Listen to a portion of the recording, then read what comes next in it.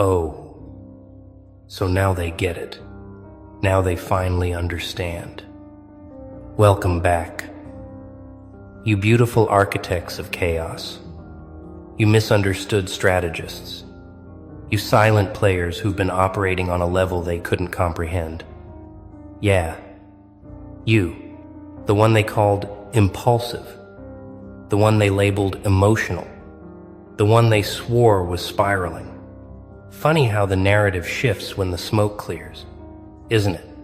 Funny how crazy suddenly looks like precision when they finally see the board you were playing on while they were stuck on checkers. Let me ask you something. When did you first realize they thought you were losing your mind? Was it when you walked away without explanation? Was it when you stopped arguing back?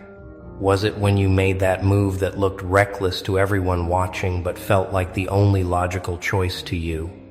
They panicked, didn't they? Your friends, your family, maybe even people who barely knew you started whispering, started diagnosing, started placing bets on how long until you crashed and burned. But here's what they didn't see. Here's what they couldn't possibly understand because they've never operated at your frequency. You weren't losing control. You were taking it. Every move that looked chaotic was calculated.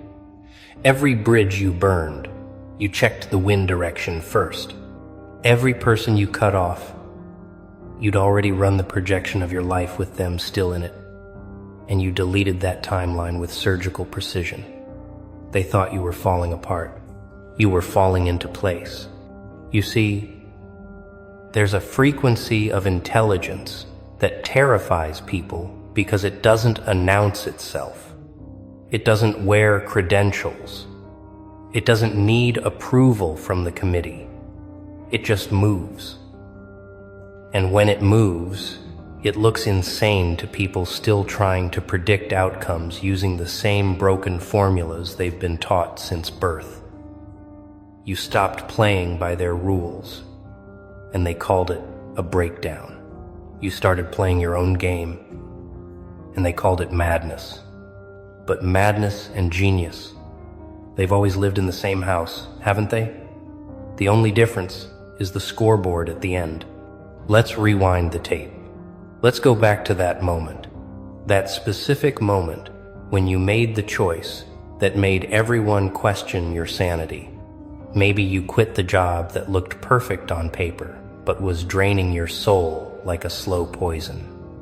Maybe you ended the relationship that everyone said was so good for you, but felt like drowning with an audience. Maybe you disappeared for months without posting, without explaining, without performing the mandatory social media circus that proves you're still alive and participating. They called it erratic. They called it self-destructive. Some of them, the ones who really thought they knew you, they called it a cry for help, with that condescending concern dripping from their voices like they were narrators in your tragedy. But you weren't crying for help. You were eliminating distractions. You weren't breaking down. You were breaking through. And the most beautiful part? You didn't need them to understand.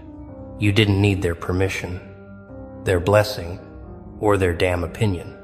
Because here's the thing about calculated risk that safe people will never comprehend. It looks identical to recklessness from the outside. The person who jumps without a visible parachute and the person who jumps knowing exactly where they'll land, they look the same midair. But one of them studied the physics. One of them ran the numbers in the dark while everyone else was asleep, dreaming small dreams in their comfortable cages. You were that person.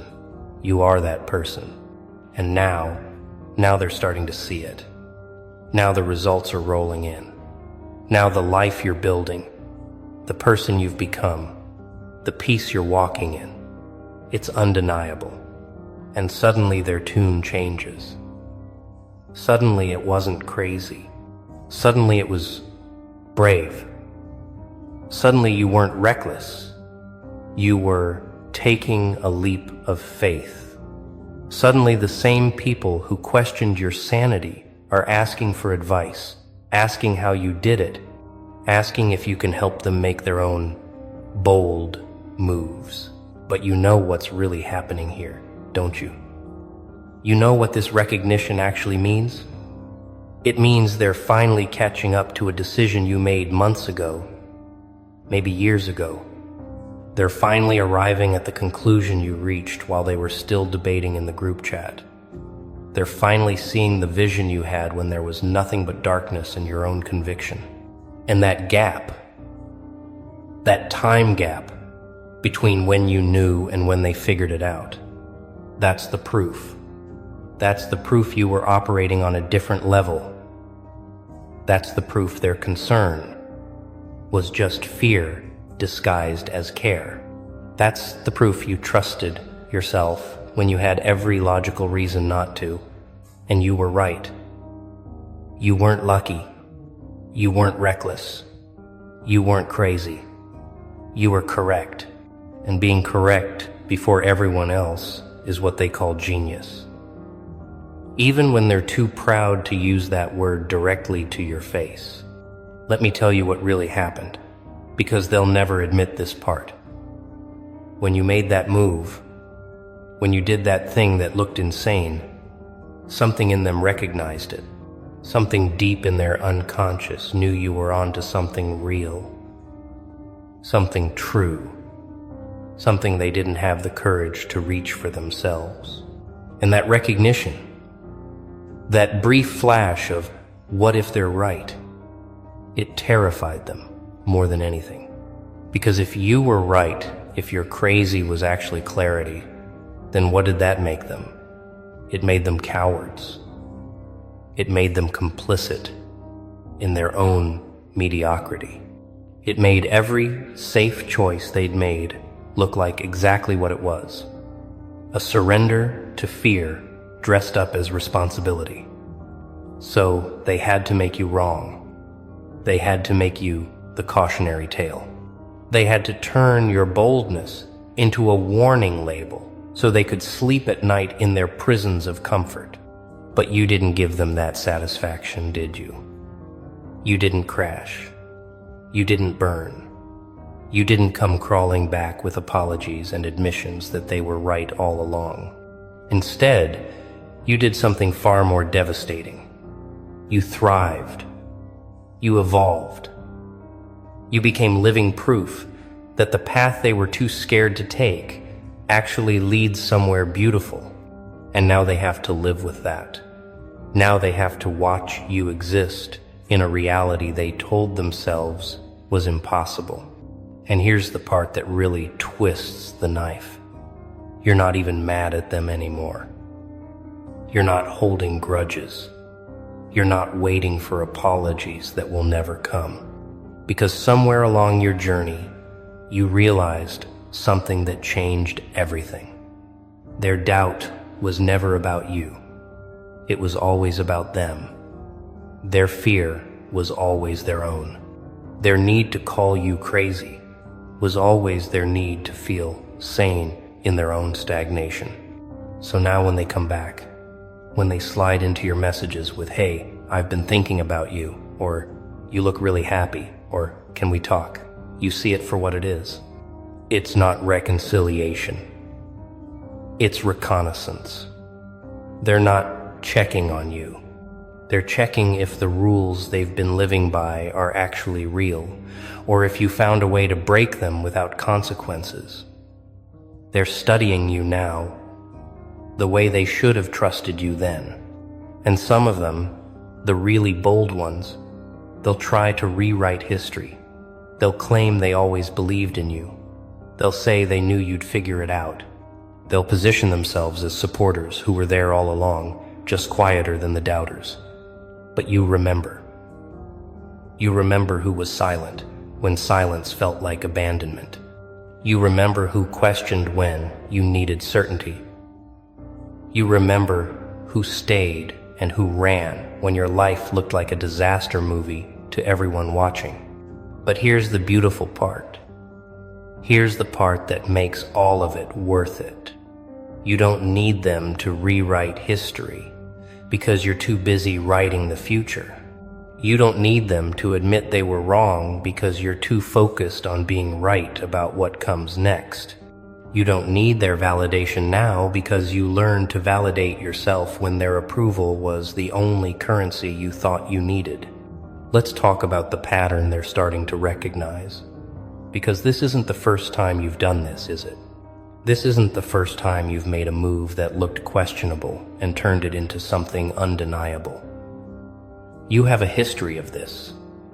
A track record of seeing around corners that haven't been built yet. A reputation.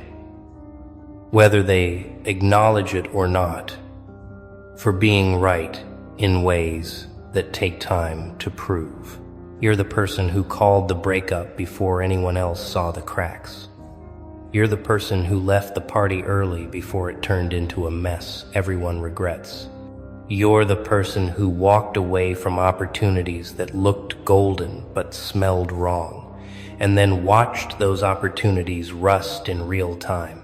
You have instincts that operate faster than their logic, and that's always been your advantage and their confusion. They process through committees. You process through clarity. They need consensus. You need truth. They move when it's safe. You move when it's right. And that difference, that fundamental difference in operating systems, it creates a lag. They're always seeing your moves in retrospect, analyzing your decisions after the outcomes are already visible, wondering how you knew when there was no way to know. But you did know. You always know. Not because you're psychic, not because you're lucky, but because you've learned to listen to the frequency they've tuned out. You hear the whispers underneath the words. You see the patterns underneath the chaos. You feel the shifts before the ground starts moving. They call it intuition, like it's magic. You know, it's just paying attention at a level that most people find exhausting. And that's why your crazy was calculated, because you were calculating with data they couldn't perceive. You were running equations that included variables they didn't believe existed. You were solving for outcomes they couldn't imagine because they'd never allowed themselves to want something that far outside the script. Your math looked like madness because they couldn't see the numbers you were working with. Now let's talk about what happens next. Because recognition is just the beginning. Now that they see you were right, now that they realize your breakdown was actually a breakthrough, they're going to want something from you. They're going to want the formula. They're going to want the shortcut. They're going to want you to translate your instinct into instructions they can follow without having to develop that instinct themselves. And here's where you have to be careful. Here's where the real test begins. Because it's tempting to teach. It's tempting to explain. It's tempting to take every person who doubted you and turn them into a student just to prove you were always the teacher. But not everyone deserves your wisdom. Not everyone has earned access to your process. Some people want your results without your risk. Some people want your clarity without your chaos. You don't owe them the map. You don't owe them the breakdown of every decision that led you here. You don't owe them the privilege of understanding what they refuse to trust. Some lessons are only meant for the people who learn them in the fire, not the people who show up after the smoke clears asking how you survived the flames. Your story is yours. Your strategy is yours. Your madness, your genius, your calculated chaos, it's all yours. But for the ones who were there, for the ones who stayed quiet when they didn't understand but didn't question your sanity, for the ones who gave you space when you needed distance and didn't make it about them, those people, they get to see behind the curtain. Those people earned the right to know how you did it, not because they supported you perfectly, but because they supported you imperfectly without trying to stop you. And here's what you can tell them. Here's what you can share with the people who actually deserve to know. You didn't have a plan. You had a compass. You didn't follow steps. You followed truth. You didn't calculate every outcome. You calculated the cost of staying the same and decided any risk was better than that certain death. You didn't know it would work. You knew doing nothing definitely wouldn't. You trusted yourself in the dark. You believed your instincts over their advice. You chose your peace over their understanding. You valued your future over their comfort. And every time you made a choice that looked insane, you were really making a choice between two versions of yourself, the one they wanted you to be and the one you needed to become. You chose yourself every single time. And that choice, that consistent choosing of yourself, even when it looked selfish, even when it felt lonely, even when you had no proof it would lead anywhere good, that's the genius they're recognizing now. That's the calculation they're finally seeing. You bet on yourself when you were the longest shot in the room. You invested in your own vision when no one else could see it. You held the line when everyone else was telling you to retreat. Now they want to know how you had that kind of faith. They want to know where that certainty came from. They want to know what made you so sure when everything looked so uncertain. And the answer is going to disappoint them because it's too simple. The answer is you weren't sure. You were committed. There's a difference. Certainty is knowing the outcome. Commitment is moving forward without it. You didn't know it would work. You decided it had to. You didn't know you'd survive. You decided survival was non-negotiable. You didn't know you'd win. You decided losing wasn't an option you'd entertain. And that decision, that refusal to accept the version of your life where you stayed small, where you played safe, where you died slowly in comfort, that was the real calculation. Let's go even deeper. Let's talk about the specific moments they called crazy that you knew were necessary. Remember when you stopped explaining yourself? When you just started moving without the mandatory press conference about your intentions? They called it secretive. They called it suspicious. Some of them called it arrogant. But you knew something they didn't. You knew that explanation dilutes execution. You knew that every time you justified your moves to people who couldn't see your vision, you were giving them ammunition to talk you out of it. You knew that their questions weren't coming from curiosity, but from fear. And their fear was contagious. So you stopped speaking their language. You stopped translating your future into terms they could understand. You let your actions do the talking, and you let time do the teaching. And when you walked away from people without closure, without the dramatic final conversation, without the tidy ending they thought they deserved, they called it cold. They called it cruel. They said you ghosted like you were the villain in their story. But you knew something about closure they didn't.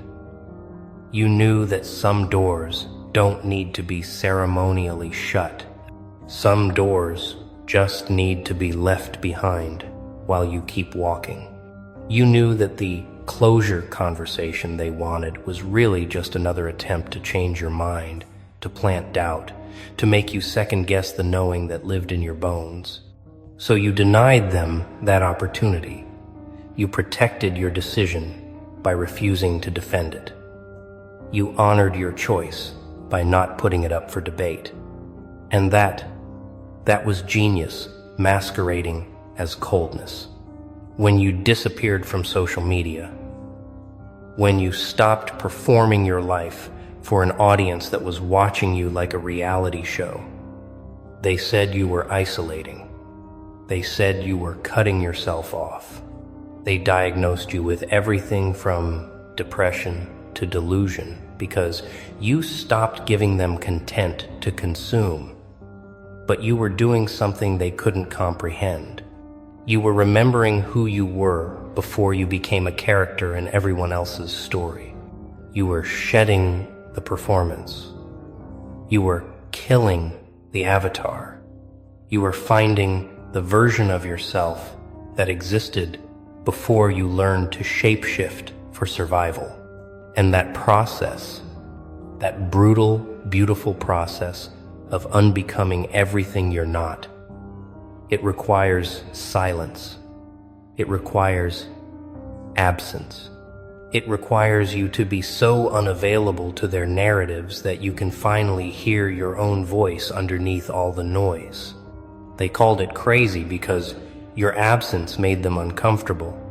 It made them question why they needed your presence to validate their own existence.